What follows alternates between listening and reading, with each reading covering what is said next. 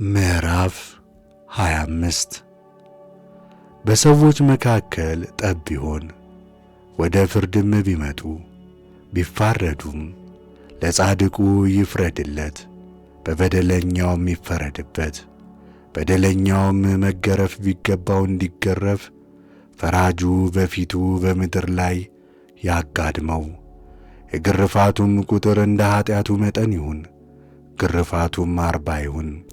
ከዚህ በላይ ጨምሮ ብዙ ግርፋት ቢገርፈው ወንድምህ በፊትህ ነውረኛ ይሆናልና ከዚህ በላይ አይጨምርበት። እህልህን በምታበራይ ጊዜ በሬውን አፉን አትሰረው።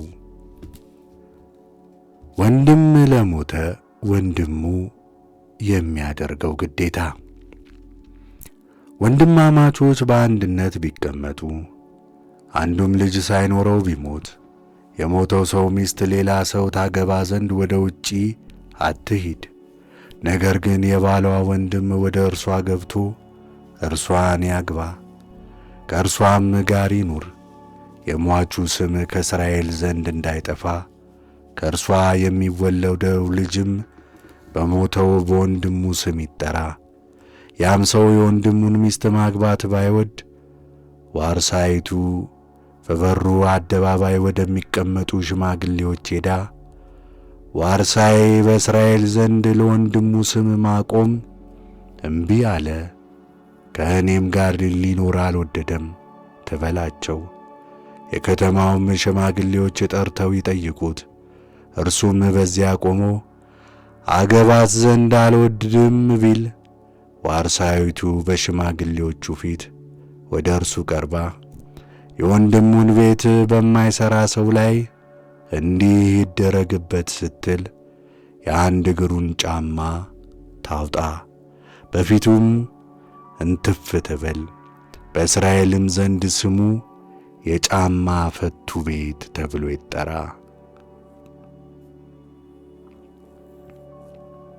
ልዩ ልዩ ትእዛዛት።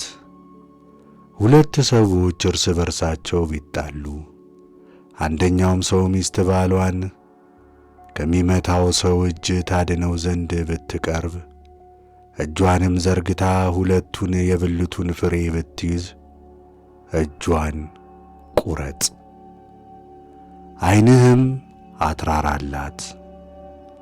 በከረጢትህ ውስጥ ታላቅና ታናሽ ሚዛን አይኑርልህ። በከረጢት ውስጥ ታላቅና ታናሽ ሚዛን አይኑርልህ።